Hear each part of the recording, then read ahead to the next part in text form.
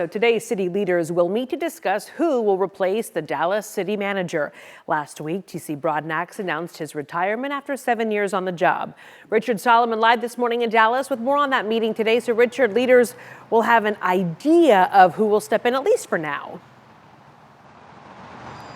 Yeah, a good idea, if you say. So later on today, City Council will consider appointing Deputy City Manager Kim Tolbert as the interim city manager. And if appointed, she could step into this position temporarily as they look to fill T.C. Broadnax's position once his resignation goes into effect later on this year in June. Now, council members say it's going to take at least 7 months for them to fill this position. That is, if they start now. Now, yesterday, leaders laid out an expedited timeline for hiring a new city manager. The process would involve stakeholder meetings and hiring an executive search firm to help them pick the right person for this job. The city says just finding the right firm could take months.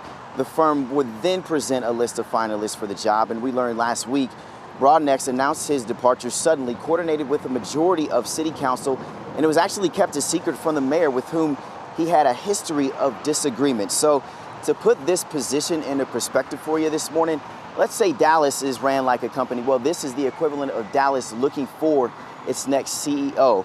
This position is the highest paid job over at City Hall. So obviously they're looking to put a lot of time and resources into finding the right person for this position. So we'll have more on that meeting as it happens later on today. But for now, live in downtown Dallas, I'm Richard Solomon. Back to you. All right, Richard, thank you for that report.